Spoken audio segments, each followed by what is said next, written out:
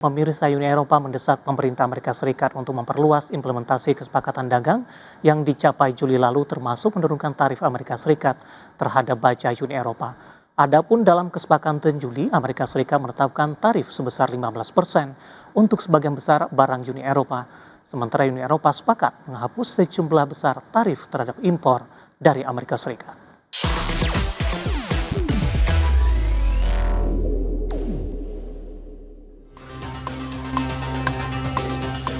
Para menteri Uni Eropa mendesak pejabat perdagangan Amerika Serikat untuk memperluas implementasi kesepakatan dagang antara kedua pihak yang dicapai Juli lalu, termasuk menurunkan tarif Amerika Serikat terhadap baja Uni Eropa, serta menghapus bea masuk atas produk seperti anggur dan minuman beralkohol. Dalam kesepakatan akhir Juli, Amerika Serikat menetapkan tarif sebesar 15% untuk sebagian besar barang Uni Eropa, sementara Uni Eropa sepakat menghapus sejumlah besar tarifnya terhadap impor dari Amerika Serikat. Menteri Perdagangan Amerika Serikat Howard Lutnick dan perwakilan dagang Jamieson Greer tiba di Brasil untuk menghadiri pertemuan makan siang selama 90 menit bersama para menteri perdagangan Uni Eropa. Sebelum pertemuan dengan delegasi Amerika Serikat, para menteri Uni Eropa menggelar diskusi internal mengenai sejumlah isu mendesak, termasuk pembatasan ekspor logam tanah jarang dan chip dari China yang kian menekan rantai pasok industri Eropa.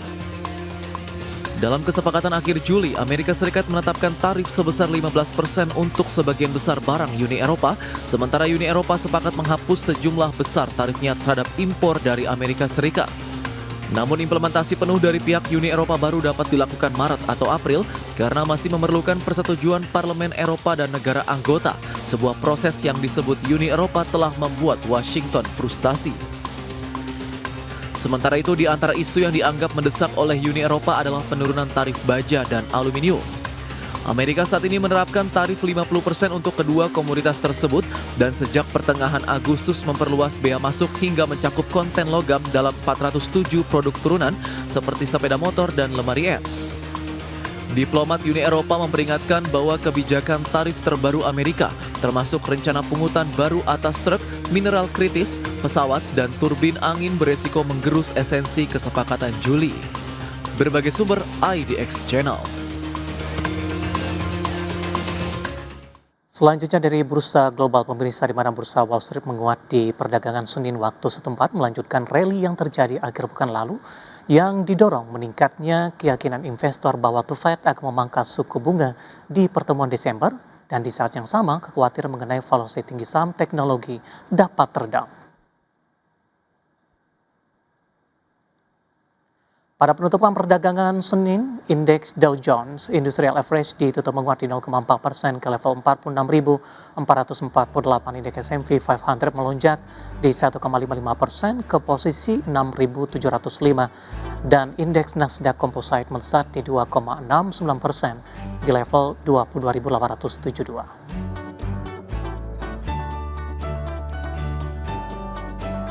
Dan selanjutnya dari Eropa, pemirsa, bursa ekuitas Eropa berakhir di area positif, didorong kenaikan tajam saham teknologi seiring membaiknya sentimen risiko di tengah meningkatnya ekspektasi pemangkasan suku bunga The Fed bulan depan.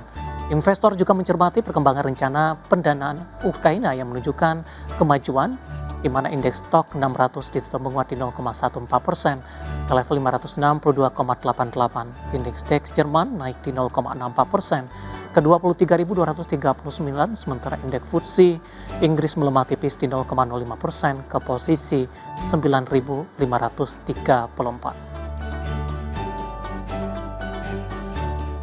Indonesia hadir dalam konferensi tingkat tinggi atau KTT G20 di Johannesburg, Afrika Selatan. Ya, dalam konferensi yang dihadiri puluhan kepala negara ini, Indonesia kembali mempertegas bahwa setiap negara berhak untuk menentukan arah pembangunannya sendiri.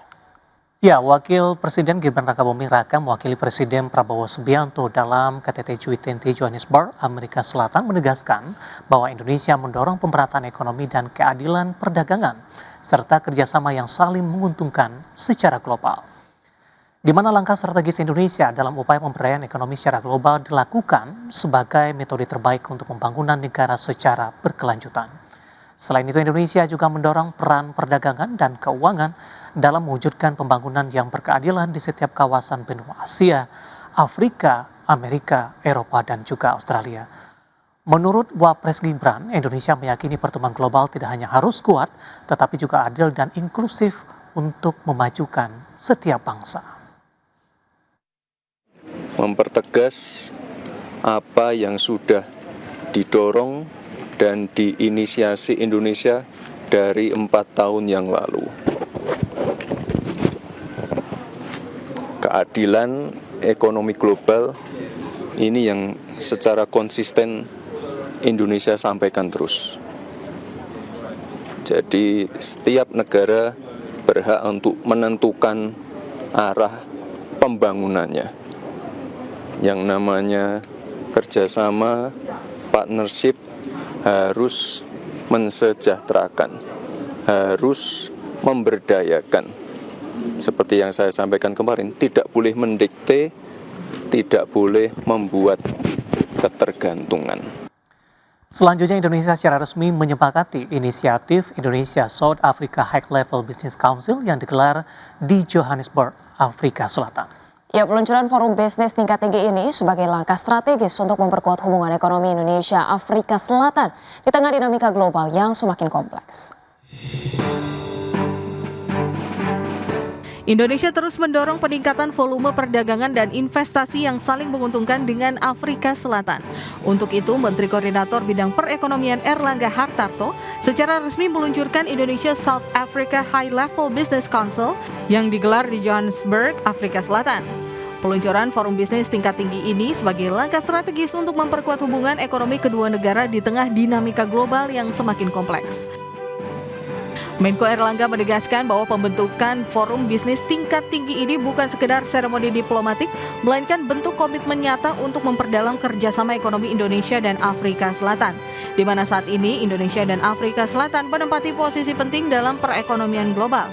Keduanya merupakan negara berkembang dengan potensi pasar yang luas, sumber daya melimpah, serta pengaruh signifikan dalam berbagai forum multilateral. Afrika ini dianggap sebagai benua masa depan dengan pertumbuhan cepat, potensi strategis yang mendukung industrialisasi, pembangunan berkelanjutan, dan stabilitas ekonomi global. Apa yang dimulai Indonesia di kepemimpinan di tahun 2022, kini dilanjutkan oleh Afrika Selatan, terutama mendorong inklusivitas, memperkuat peran Global South dalam tata kelola ekonomi global, dan memastikan forum G20 mewakili kepentingan dari seluruh bangsa. Indonesia South Africa High Level Business Council ini menjadi modal kuat untuk memperluas kerjasama yang lebih produktif dan adaptif terhadap perubahan rantai pasok dunia. Selain itu, peluncuran forum bisnis tingkat tinggi ini menjadi simbol penguatan kemitraan ekonomi Indonesia-Afrika Selatan yang lebih progresif, inklusif, dan berkelanjutan. Indonesia menilai momentum ini penting untuk memacu pertumbuhan jangka panjang, membuka peluang lebih luas bagi pelaku usaha, serta memberi manfaat langsung bagi masyarakat di kedua negara. Jakarta, Tim Liputan IDX Channel.